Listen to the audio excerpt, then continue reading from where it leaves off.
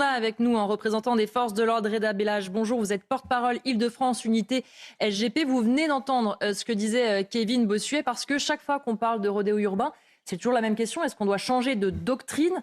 Vous, qu'est-ce que vous en pensez ? Est-ce que vous pensez, comme disait Kevin Bossuet, qu'il faut que vous puissiez aller au contact, évidemment en étant vous-même protégé ?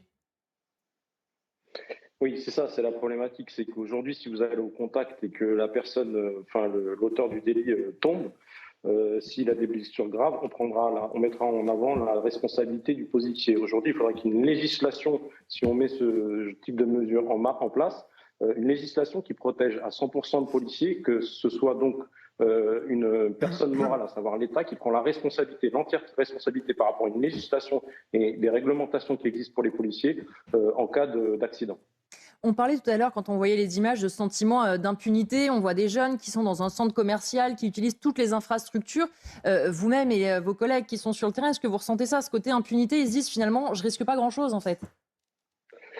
Oui, exactement. Déjà, ils savent qu'il n'y a pas que dans ce genre de délit, mais ils savent qu'ils risquent pas grand-chose, premièrement.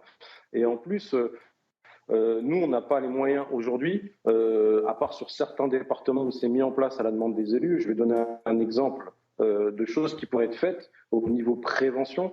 Vous avez les unités de sécurité routière qui existent sur certains départements. Il faudrait sûrement renforcer ces unités.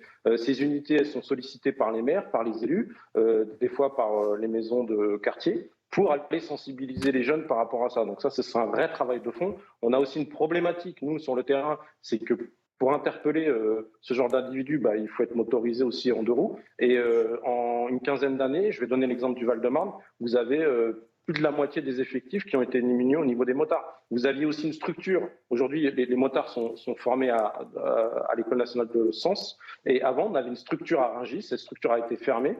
Donc, ça nous permettait d'avoir deux structures de formation pour les motocyclistes et avoir du coup beaucoup plus de motocyclistes. Vous êtes toujours avec nous, je le disais, il y a presque un an, Laurent Nunez, préfet de police, disait que les rodéos urbains sont une priorité des services de police partout sur le territoire national. Vous, justement, qui êtes sur le terrain, hormis ces grands effets d'annonce, est-ce que vous sentez qu'effectivement, il y a des opérations qui sont menées plus souvent, des opérations qui sont peut-être menées à leur terme et plus efficaces ? Oui, généralement, nous les policiers, on est très assidus. C'est vrai que régulièrement, il y a des contrôles.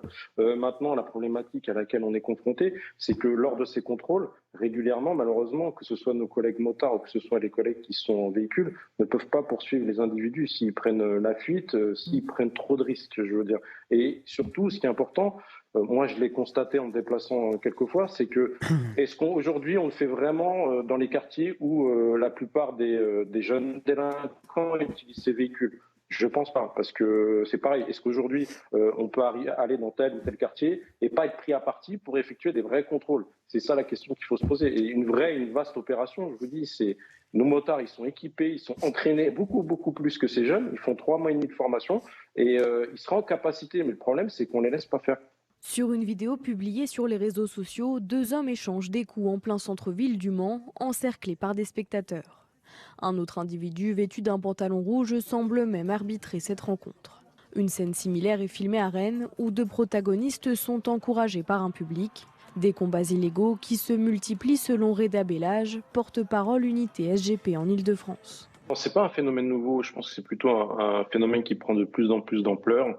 Et malheureusement, aujourd'hui, nous, policiers, on n'est pas équipés pour parer à l'organisation parce qu'ils passent souvent par les réseaux sociaux.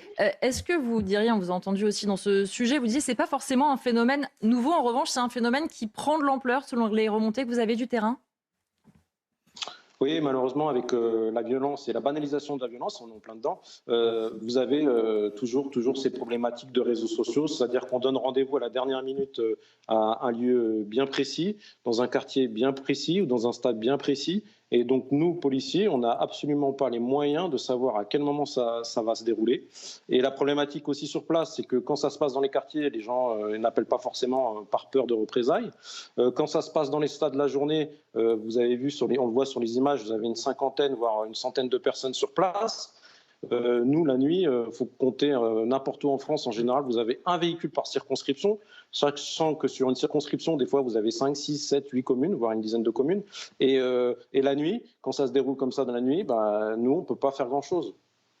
Certains de vos collègues disaient à mon confrère du service police-justice, notamment au Mans, c'était dans un quartier sensible, et disaient honnêtement, même quand on est appelé, on a déjà beaucoup à faire sur le terrain. Et puis surtout, il y a la crainte, on voit, sont quand même des foules assez nombreuses. Est-ce que c'est aussi compliqué, tout simplement, d'aller sur place, de vous dire soit effectivement vous n'avez pas forcément le temps ni les moyens, soit vous n'avez pas forcément envie d'aller vous faire caillasser par une foule qui, on l'imagine, est pas forcément prompte à négocier avec vous? Ah oui, là, vu comment on l'a vu avec un film qui est sorti il n'y a pas longtemps au cinéma, les gens sombrent vite dans la violence dans ce cas-là. Et c'est vrai que quand vous allez arriver sur place, qu'est-ce qui va se passer? Vous allez faire cesser l'amusement et donc les policiers vont être prêts à partir.